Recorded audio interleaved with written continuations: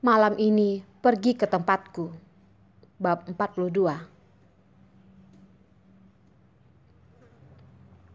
Darlin menjerit dalam hati. Rubah licik.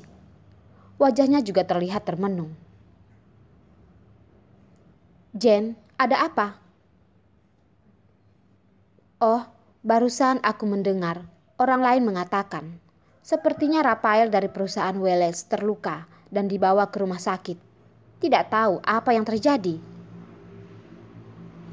Jen memberitahukan kabar yang dia dengar dari orang lain.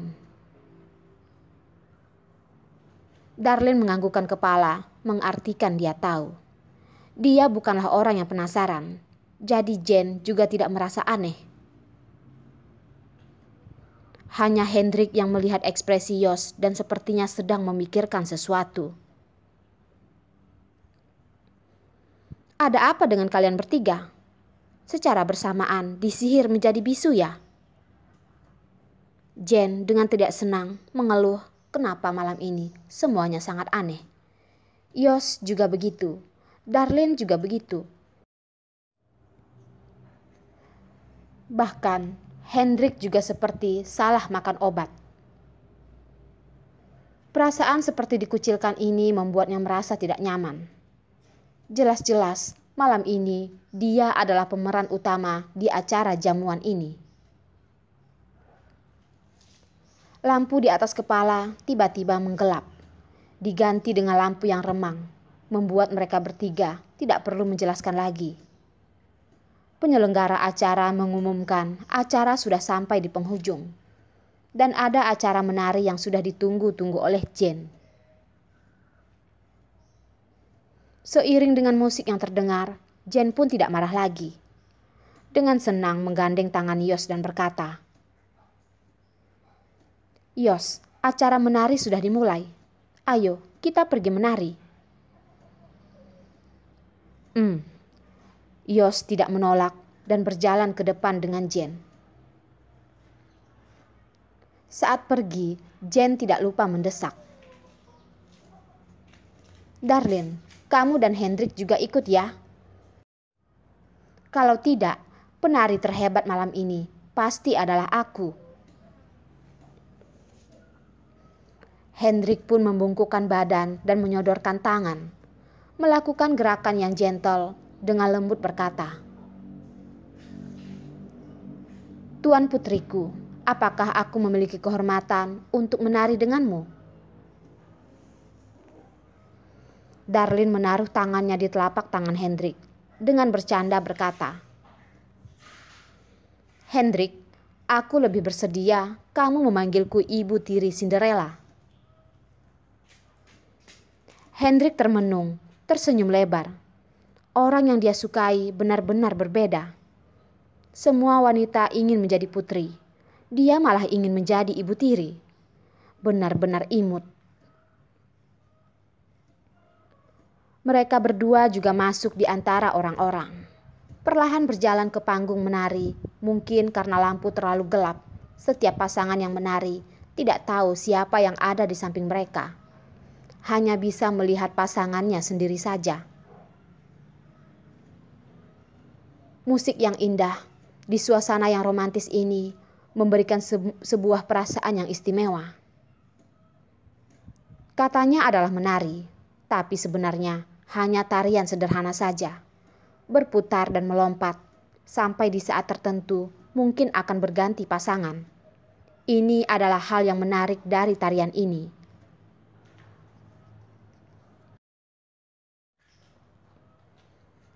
Darlin, kamu bilang kamu tidak bisa menari. Apakah kamu sedang merendahkan diri? Hendrik membawa Darlin menari selama beberapa menit.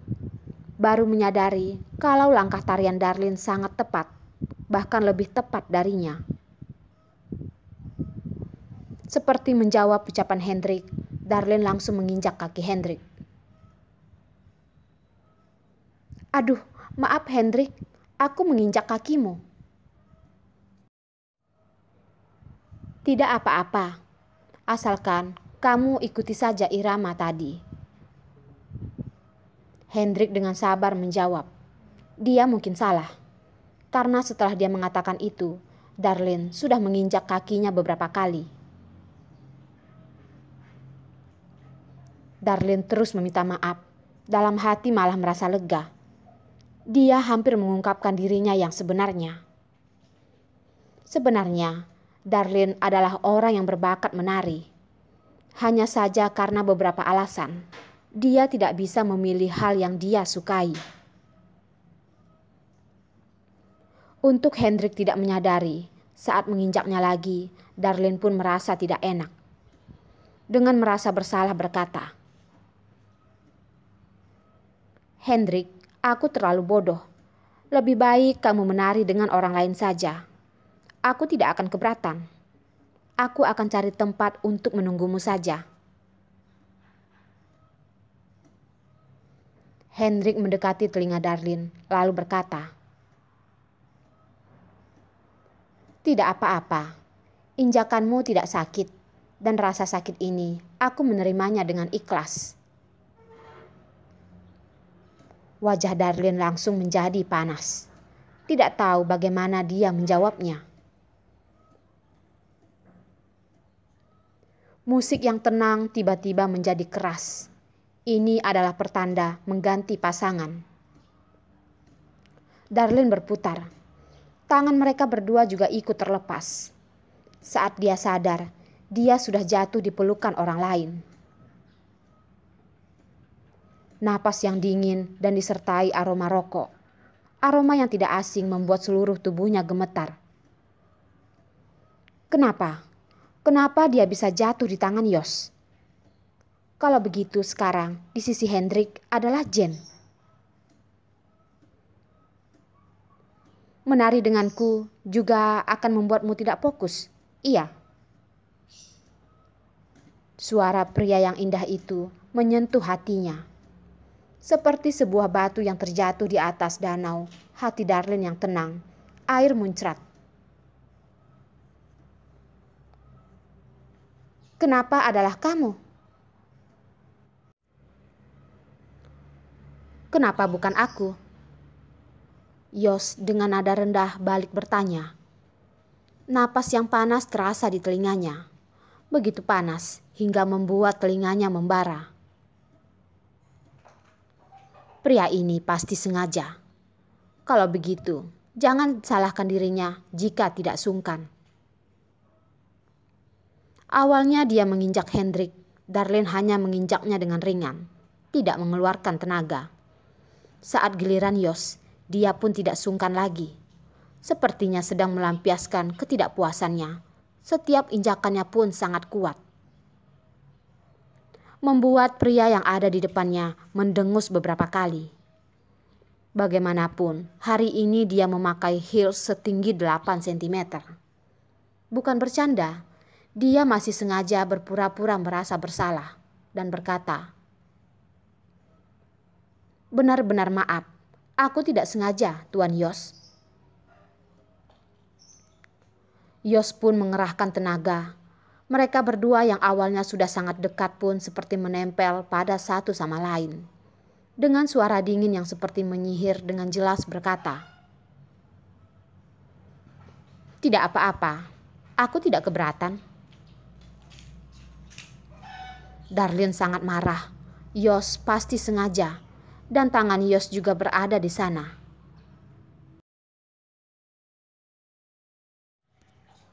"Tuan Jos, tolong hormati aku." "Apa yang kamu katakan? Hormati? Seperti ini atau ini?" Jos berkata. Tangannya menyentuh punggung Darlene yang lembut. Perlahan semakin ke bawah. Semakin ke bawah lagi. "Sudah, cukup," Darlene berkata dan nadanya gemetar. Kalau dilanjutkan ke dahi, tangan Jos sudah akan diletakkan di sana. "Kenapa? Barusan Hendrik bukan mengajarimu seperti ini ya?" Darlene hanya fokus marah. Tidak memperhatikan saat Jos mengatakan ini, matanya terlihat bersinar. Darlin sepertinya sengaja membuat Yos marah, menggunakan nada tidak senang berkata,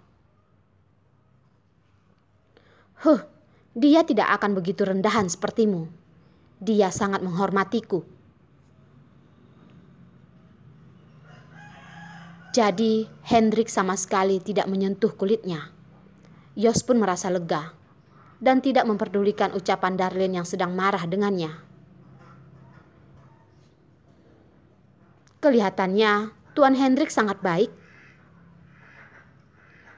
Dia memang berkata seperti ini, tapi Darlin merasakan keanehan yang keluar dari mulut Yos. Tapi dia juga tidak membantah, hanya diam dan tidak berkata. Tapi Yos sepertinya tidak bermaksud untuk melepaskannya. Dengan nada rendah berkata, apakah kamu masih ingat dengan 3 syarat yang kamu janjikan padaku? Punggung Darlin yang indah pun menjadi tegang karena ucapan Yos. Yos menyentuh punggung Darlin dengan tersenyum lalu berkata, sepertinya kamu tidak lupa. Apa yang kamu inginkan? Sekarang bukan hanya punggung Darlin yang membeku, suaranya juga sangat tegang. Temani aku malam ini. Suara Yos serak, kata demi kata dengan jelas masuk ke telinga Darlin. Itu tidak mungkin. Darlin bahkan tidak berpikir dan langsung menolaknya. Pria ini menganggapnya apa? Apakah adalah wanita sembarangan yang bisa dia panggil begitu saja? Jelas-jelas dia sudah ingin memutuskan hubungan mereka dan sudah bersama dengan teman baiknya. Sekarang masih mengatakan ucapan seperti itu. Hati Darlin pun terasa sakit. Ternyata Yos benar-benar tidak peduli.